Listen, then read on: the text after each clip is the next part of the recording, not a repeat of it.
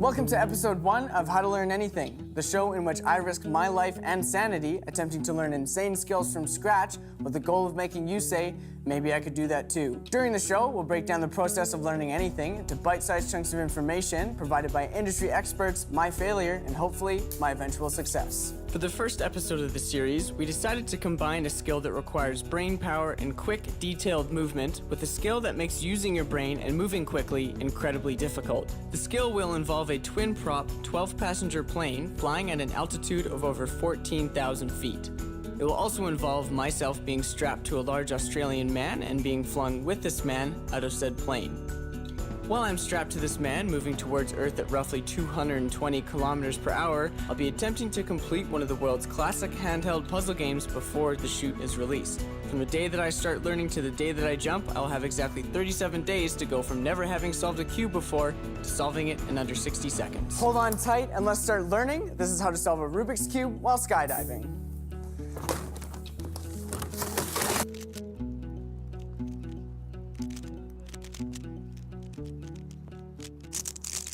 Hey Theodore, my name is Steven, and I heard you're the right guy to talk to about learning how to solve a Rubik's Cube. Right. Yeah, cool, all right. Nice to meet you.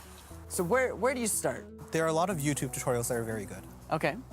It's something you can actually do in a day. One common misconception is that it's very hard to solve, very hard to learn, but that's really not the case. Okay. How far of a reach is it to be able to solve a Rubik's Cube in under 60 seconds? Like, would you say Not that at all. The average person, I think the average person could do it. Really? Okay. Like, how long do you think it would take for a guy to go from never solving a Rubik's Cube before to solving one in 60 seconds? Give me hours. How many hours? 10, 20? Okay. Just... That's actually surprisingly low. Like, I would have guessed it would be a lot higher. All right, so after my conversation with Theodora, I'm feeling a lot more confident with my ability to get the Rubik's Cube solved in under 60 seconds, on the ground at least. My plan to do this is as follows. Step 1 is to buy a cube. I bought 20 or so just in case I drop them during the jumps. The second step is to check out a few tutorials and memorize the 7 basic algorithms it takes to solve a cube. What I think is the third and final step to pulling this thing off is that once I've mastered solving it, it sounds like all it takes is a ton of practice and I should be able to get this thing solved in under 60 seconds in about 2 to 3 weeks. All right, should probably get started.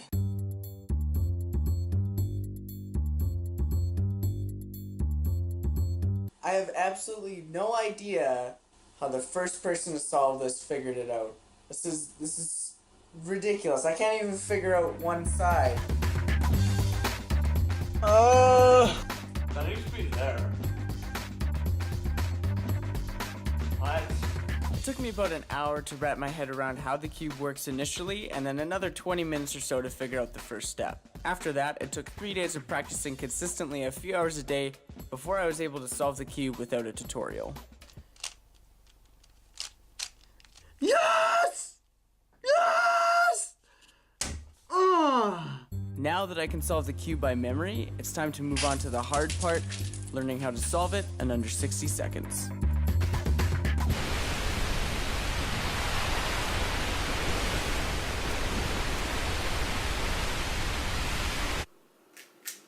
Two days after solving the cube for the first time without a tutorial, I was able to go from taking about 10 minutes to solve the cube to getting it down to 5. I just think it was more from having a better understanding of how it works than anything else. It probably took me another week or so to get my time under 3 minutes, which was when I started to recognize when I was going to finish certain steps before they were done, if that makes any sense.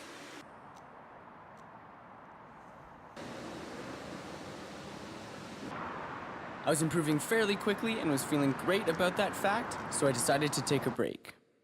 And then I panicked because I had gotten slower and the jump was much closer to 3 weeks away than it was a month away. I went on a practicing spree, practicing at breakfast while walking to work when I was supposed to be working and when I wasn't supposed to be doing anything at all. Through those 5 days, I was able to get the average down to 1 minute and 30 seconds. It felt great, and then it felt terrible because I was stuck.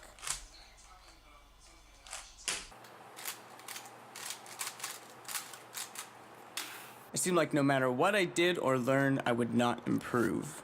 And then I remember Theodore saying, make sure to practice deliberately with the intent to improve and not just to go faster, or something like that. I took his wisdom to heart and focused on the steps that I was bad at rather than just trying to improve as a whole. And bam, a few days later, 47 hours and 27 days after learning how to solve a Rubik's Cube, I was able to solve it in under 60 seconds consistently.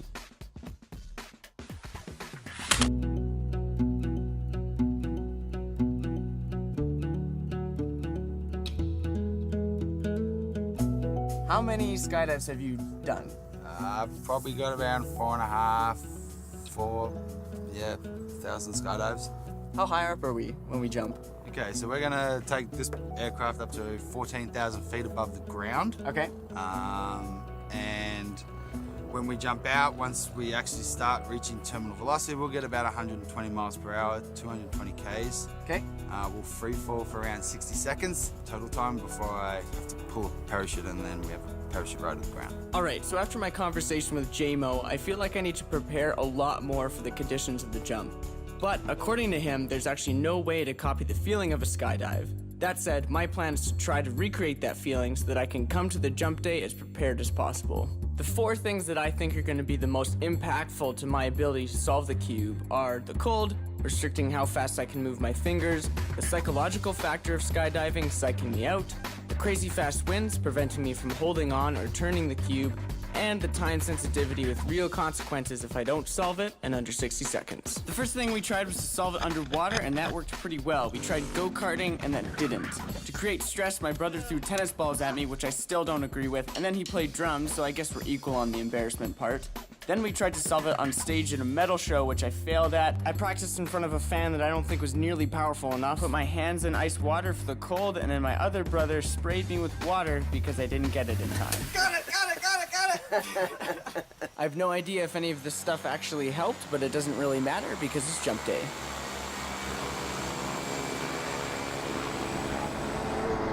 So nervous!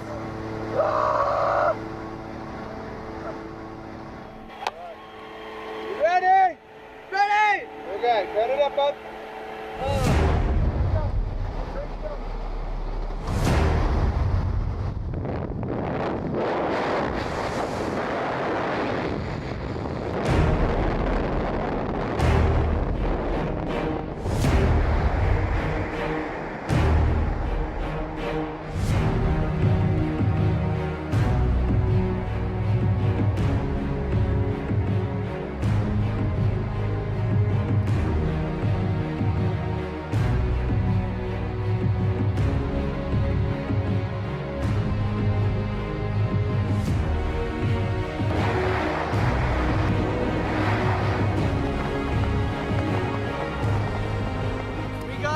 We got pretty much the first 2 layers finished.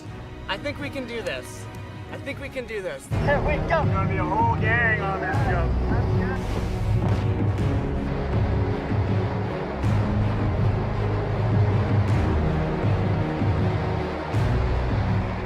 Today is the second day and the 3rd jump.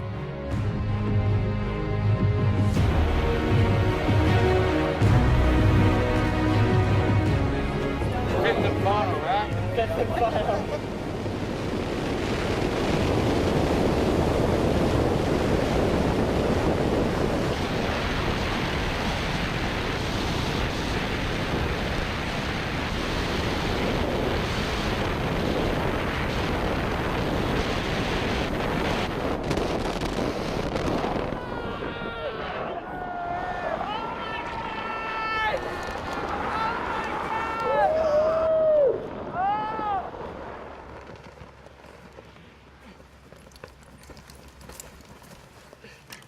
And that's how you solve a Rubik's Cube while skydiving.